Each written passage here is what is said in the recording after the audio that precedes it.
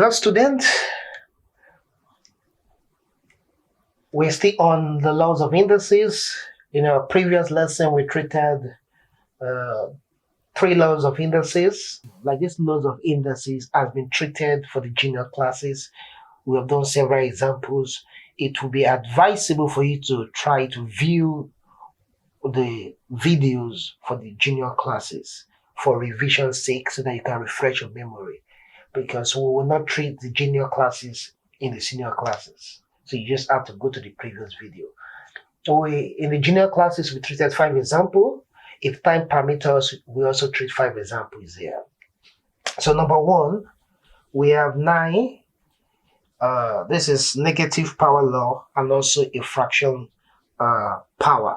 So this will give us, this minus will go off. It becomes 1 divided by 9 raised to power half.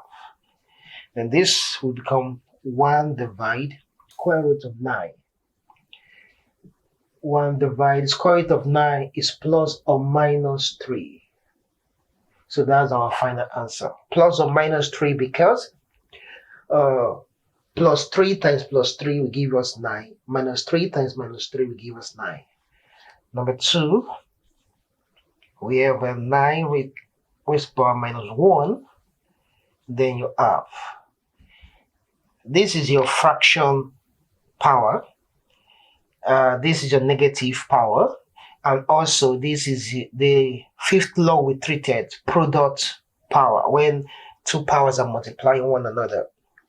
First of all, minus times minus is plus, so the minus will go out. 1 times half will give us half. So that gives us 9 raised to power half.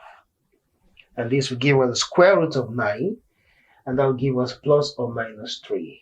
So there's a difference between the 2 questions.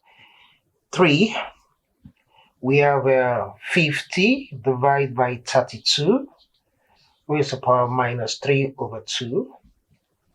We have to pay good attention here. This is a fraction and there's a negative power. You interchange the fraction and take away the negative power. So this becomes 32 divided by 50.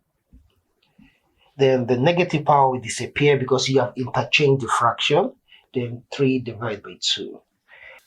32 doesn't have square root. 50 doesn't have square root. And the 2 under the fraction is showing you that it has to be, you have to look for the square root. So we divide. This will give us 2 in 32, 16. 2 in 50, 25. Then 3 divided by 2. So this will give us the square root of 16 divided by 25 raised to power 3. So from this place now, we have to look for the square root of 16 and 25. Square root of 16, that's plus or minus. 16 will give us 4. 25 will give us 5.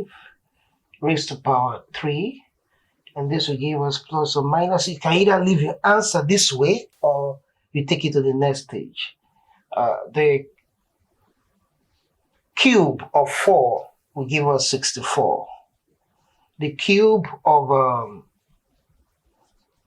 5 will give us 125. And this will be your final. Either this or this. Depending on the options you have in your answers, you know where to stop the work. Because of time, we cannot take 2 more examples, so we take just 1 because of time. We're trying to work with the range of 5 minutes. This is a decimal fraction. They have your negative power outside, which is also a fraction. You have to convert your decimal to a fraction. After your decimal point, you have 2 digits. This is 25. 2 digits, that's 2 zeros.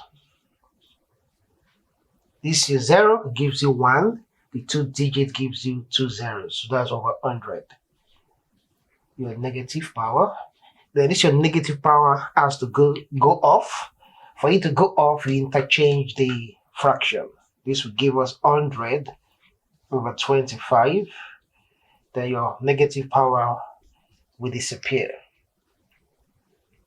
So this is the fraction. We are looking for the square root of 100 divided by 25. So the square root, anything you're dealing with square root, it always have a plus or minus. So square root of 100 is 10, square root of 25 is 5. So this will give us plus or minus. 5 in 10 will give us 2. And that's your final answer.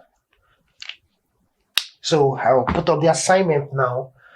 Ensure you do the assignment, submit to your school or to somebody elderly at home. And don't forget to click the subscribe button on our YouTube channel. Thanks for viewing.